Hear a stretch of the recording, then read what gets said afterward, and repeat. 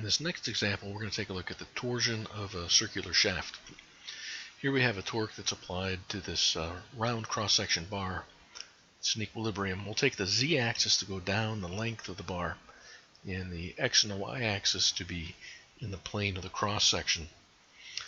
The figure just below the free body diagram is a section of what the deformation looks like in the bar itself. So if the left-hand side is fixed and a torque is applied to the free end, then a line segment that's originally straight across will separate from that line segment. It'll rotate around the bar a little bit. The rotation at the fixed end would be 0, but the rotation at the free end will be more. And on the end view, we can see that this angle that this makes, we call that angle theta, angle of rotation at the end of the shaft. It would be so many degrees or radians of twist.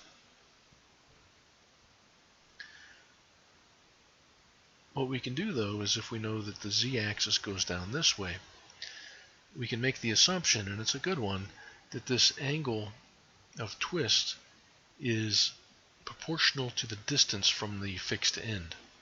So if you go halfway along the length of the beam, you get half as much angle of twist at that particular location, and so forth. So what we're going to do is we're going to express our angle of twist at the end of the bar in terms of the twist rate, beta, and the distance down the length.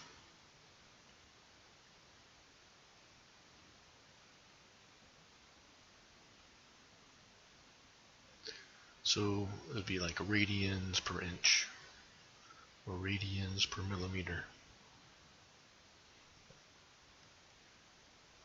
Now we're also going to assume that our bar is inextensible.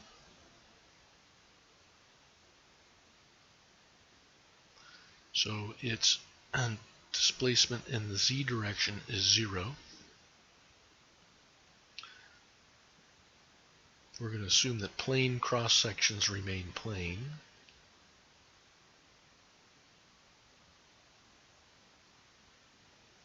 If you're not familiar with that phrase, if we were to take a look at a cross section in the bar, as it goes through this rotation, it stays flat.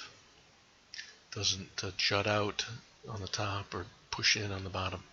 If this was a non-circular cross section, we may see something like that. But for circular cross section bar, plane cross sections will remain plane. We're going to assume small displacement theory or small strains, and an isotropic material.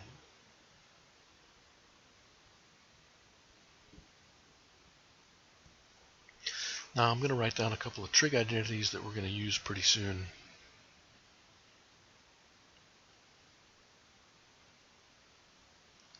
I'll use these here shortly.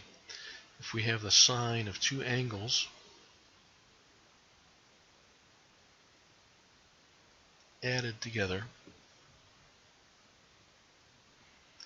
that's equal to, say, sine theta plus phi. It's equal to sine theta times cosine phi plus cosine theta sine phi, and cosine theta plus phi is equal to cosine theta cosine phi minus sine theta sine phi. Alright, so we'll keep those in mind for just a few moments. Alright, let me make a little bit more room here. So this is in a section where we're talking about the semi-inverse method. So we're going to take a look at some functional forms of displacements, and then we're going to see what we can get out of that information.